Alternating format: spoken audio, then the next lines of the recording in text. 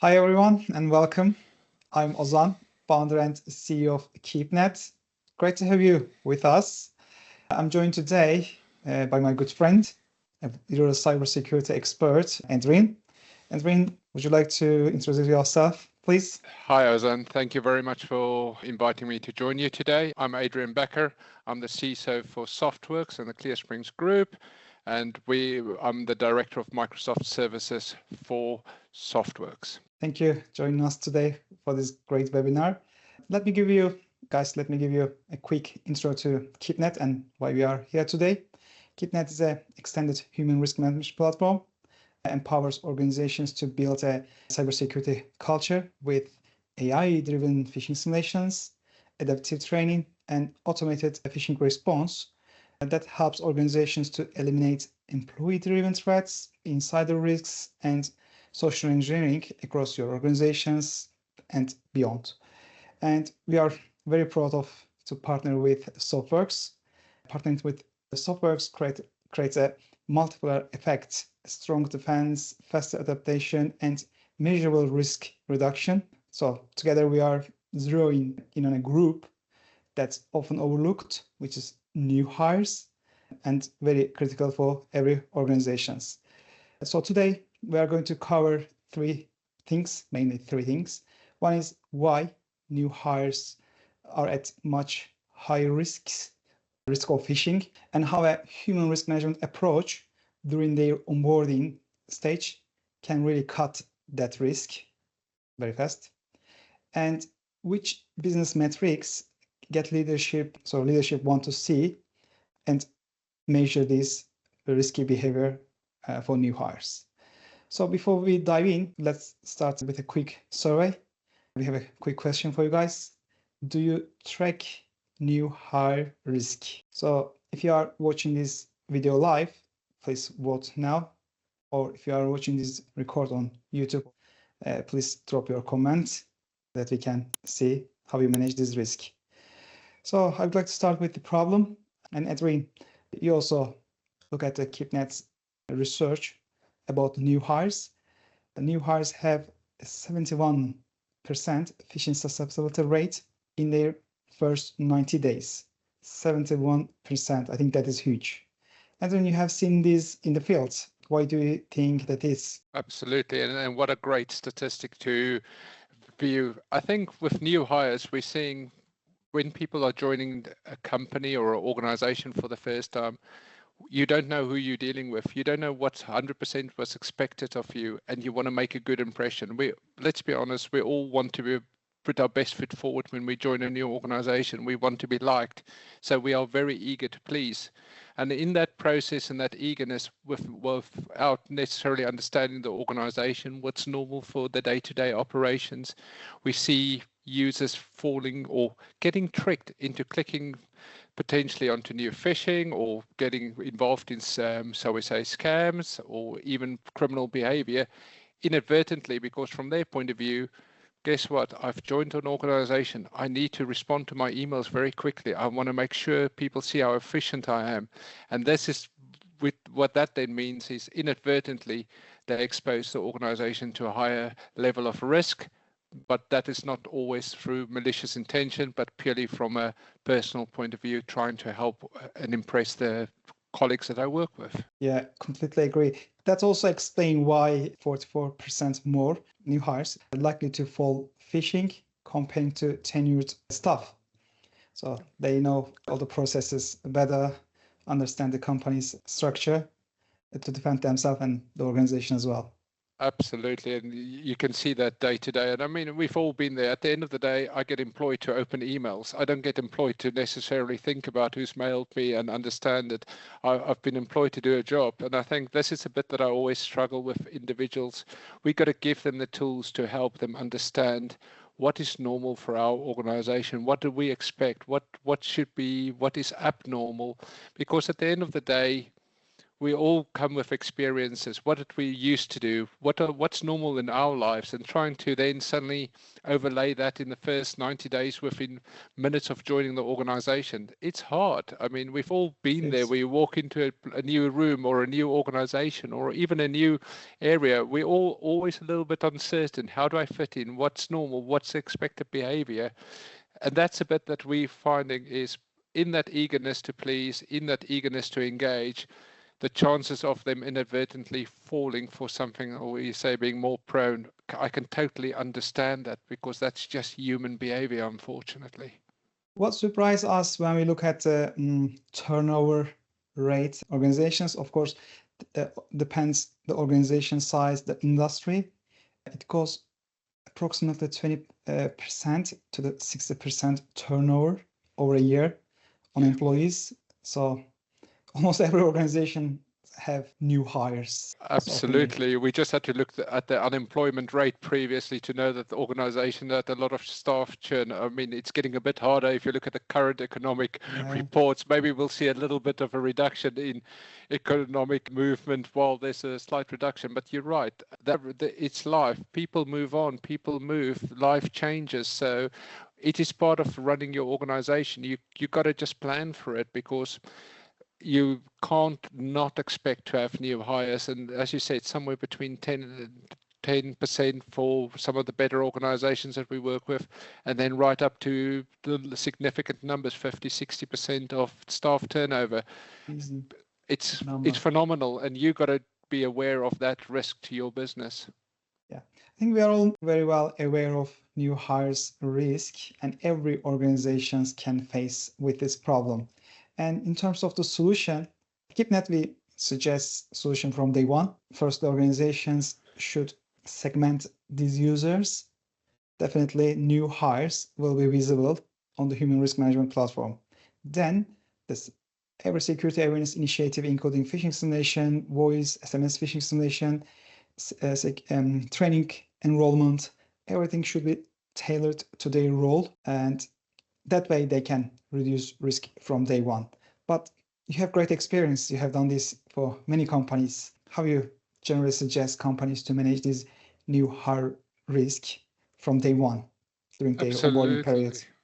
No, absolutely. And a great question. I think from what we've seen is you got to think about what is tailored to their position. It's not just that let's have a section of new training for our new hires. Yes, you're obviously going to have the generic training like how to lift a box, as I always like to joke. We all go through fire safety. What do you do when you see a fire run out the door?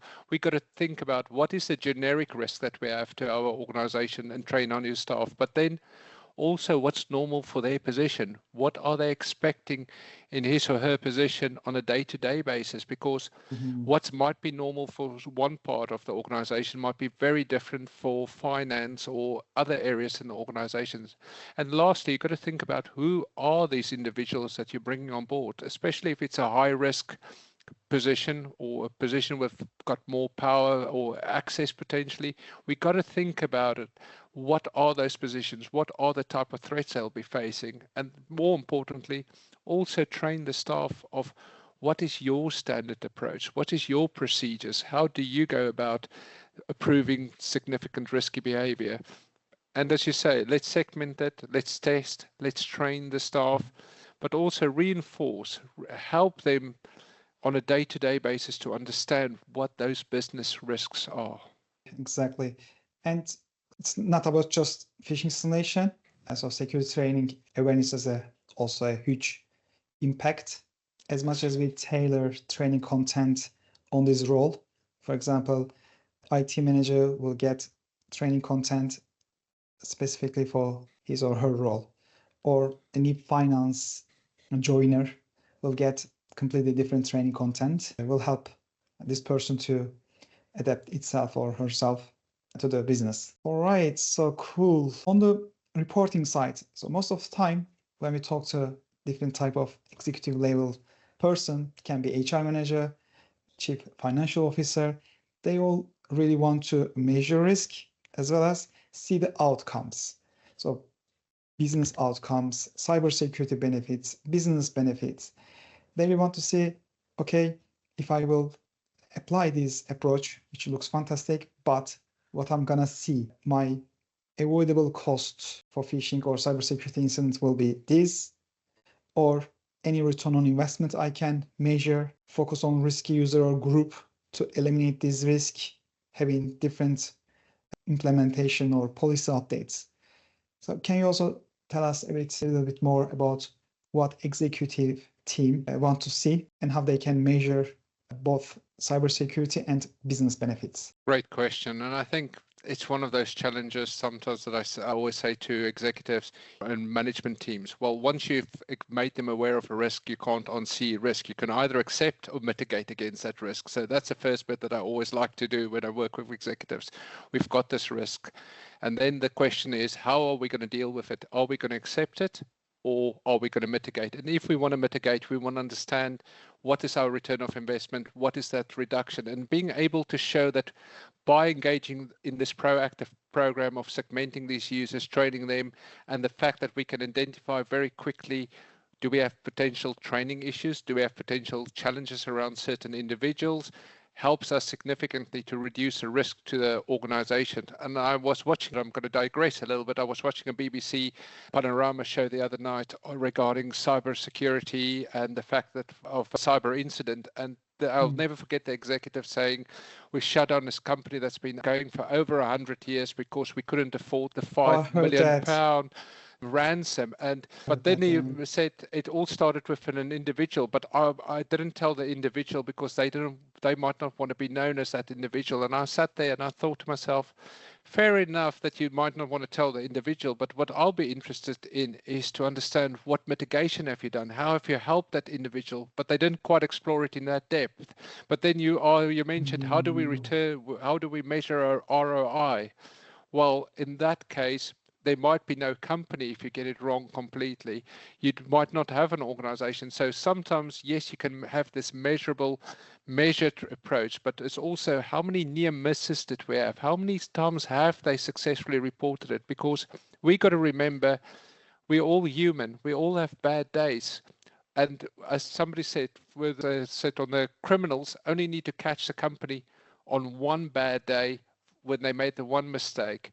And that's the bit that we got to think about. Yes, there's no guarantees in life. We understand that, but you got to make and do everything you can to mitigate that risk, help your staff, help your stakeholders to train them, make them aware of what those risks are, and sort of make it second nature, to be honest. It's not about watching the same video day in and day out. Let's be honest. That doesn't encourage changes. We got to make it part of our life. And also, with the training we provide or training you provide to your staff, that can be used in their personal life as well. We got to remember, so understand and educate how it impacts, and also from the management point of view, report back, yes, the improvements we've seen, but also the near misses. What have they been successful at? Because that's what I would be interested in. Yes, we've had 500 phishing tests gone out. Yes, we've had the 2% failure, and we've had a significant improvement. But more importantly, how many times have people started reporting phishing that is correct and accurate? As well as the phishing dwell time, right? As soon as they report, organization can reduce the risk of the confirmed malicious attack. Absolutely. And you got to think about it. We got to be quick, and we're seeing more and more with our managed security operations center what we call smash and grab. They know that they know that they're going to get caught. They know that they're going to be detected. So how much data can I extract, or how much information can I take out of the system before I get kicked out of the system? And we're seeing very much it's now going after the data, convincing people to provide information. Yes, you still get the ones that delve and is on the systems for 6 months, 12 months. We all hear about those, but we also see the ones where the users do report. How quickly can we shut it down? How quickly can you remove it? Or if somebody's identified, how do I stop the rest of the staff from accidentally repeating the same mistake that a colleague has just made? And I think all of these statistics, so repeat offenders, right? Repeat offenders. Yes, and also the reporting. And if you do have let's be honest, if you do have a significant particular individual, there might be he or she needs to be addressed with the person. It needs to be clarified. And at the end of the day, It's always a carrot and the stick, as I like to say it. We start with a carrot, try and change behavior. If that doesn't work, we move over to the stick that says, hold on, the risk to the business is going to impact not just you, but your colleagues, the whole organization, all the stakeholders. Maybe we do need to take action against that individual if they keep repeating, because to be honest with you, unfortunately, you get people who just don't care. But as a management team, I need to know who the. You're way too. I'm sorry, but that's who I am.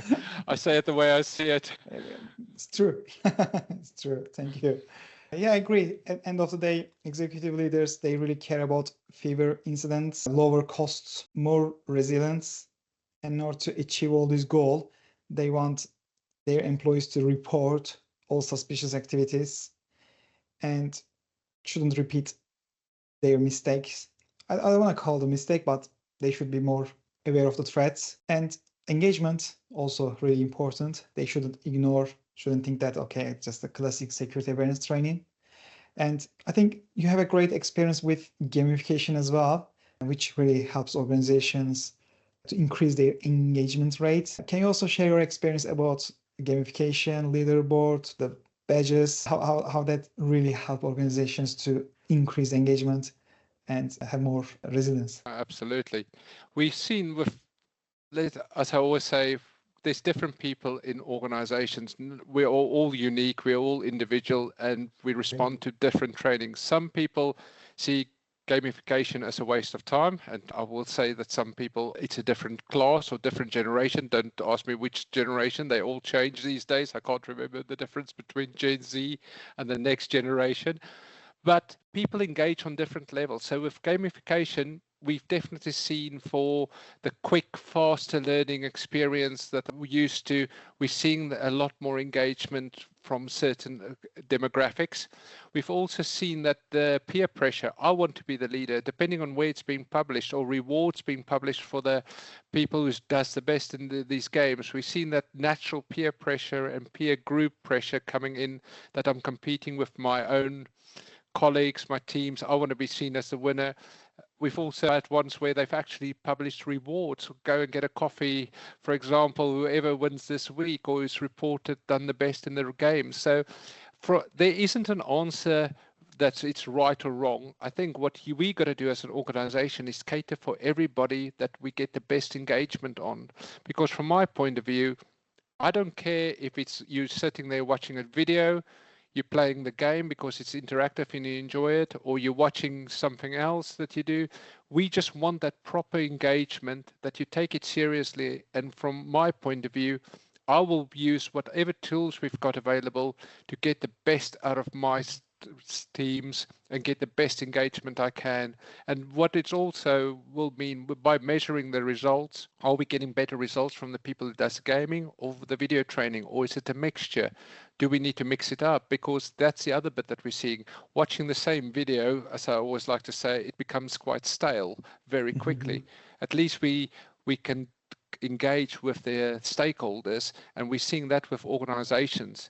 Try and engage on as many points as you can and many touch points with your employees, your staff members, your stakeholders, to get the best out of them and make sure that they stay engaged. Yeah, I really like how you define there is no right or wrong. So make it available for everyone and increase the engagement based on their learning skill sets, preferences. It should be available for different type of employees to just boost engagement. That will make a real behavior change in time to protect business. Absolutely. At the end of the day, we're here to protect our organizations, and we just want to get on with doing what we actually want to do instead of worrying about criminals all the time. Thank you. We have a couple of questions waiting for us to answer it. Andrin, the first question I'm going to read quickly is, what's the first step to implementing human risk management effectively? Good question. I can take this. So firstly, start with a full human risk assessment, understand risky groups. Of course, having email phishing simulation is a good start, but definitely implement voice phishing simulation, SMS, QR, MFA phishing simulation to understand the risk persona. Just as I remember this year, right, beginning of this year, many UK companies in the retail sector have got big problem that mixed email and voice phishing simulation. So there was a multi-factor, multi-step phishing simulation. Definitely show risk reductions over time. It shouldn't be just open click rate for phishing simulation. So reporting rate, phishing dwell time, repeat offenders, they're all different metrics that we need to focus. Quantifying the cost saving is really key. When user reports a suspicious email, it saves time and money for the organization. If it's a confirmed malicious email, wow, it will save more time and money for organizations. So quantifying kind of this cost saving really help to have benefit of this human risk management. Definitely benchmarking is really important. I think, Andrin, you have done this a lot. Maybe you can add something here, because every organization is unique, but there is a different type of industries have more risk compared to others, like financial industries. I think nowadays in the UK, law firms are under big attack.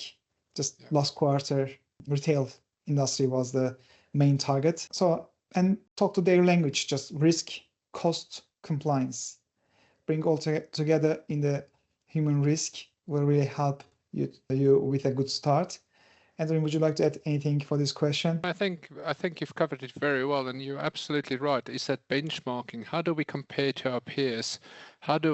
What's normal for our industry, and also why is it, if it's quite high, why is it that high? How can we improve it at the end of the day? Because it doesn't matter who the individual is or where they work or what position. Once the criminals gets a foothold, it's just a matter of time until they expand onto the rest of the environment. So I think from an organizer, I always say to people, you've got to think of it as like your personal house. Make sure your doors are locked and hope your neighbors are not, and that the thieves will be visiting your neighbor instead of your house. And that's what we're doing. We know there's no guarantees, but we're going to try and make it as hard as possible and protect us and reduce the risk to our organization as much as we can. And I do think what is interesting, you mentioned the ROI.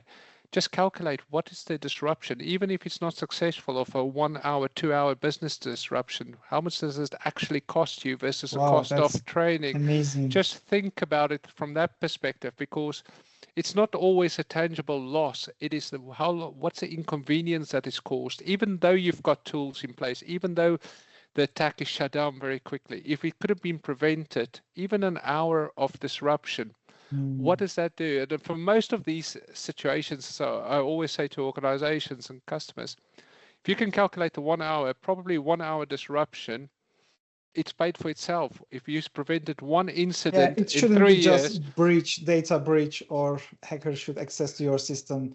Even getting distracted is a real cost for your business. Absolutely. So amazing. Thank you. And for the management team, distract them from how much of their time they could be spending on improving the business, instead of trying to have to deal with the potential fallout and investigate a potential incident that could have been avoided at the beginning. So we got to think about that. Stress, anxiety, reporting to compliance body, or whether its name is the all authority. Very good. Thank you very much. Thank you. So the other question I think we have covered when we were talking about general stuff is, can gamification really impact employees' behavior, or it's just a fun?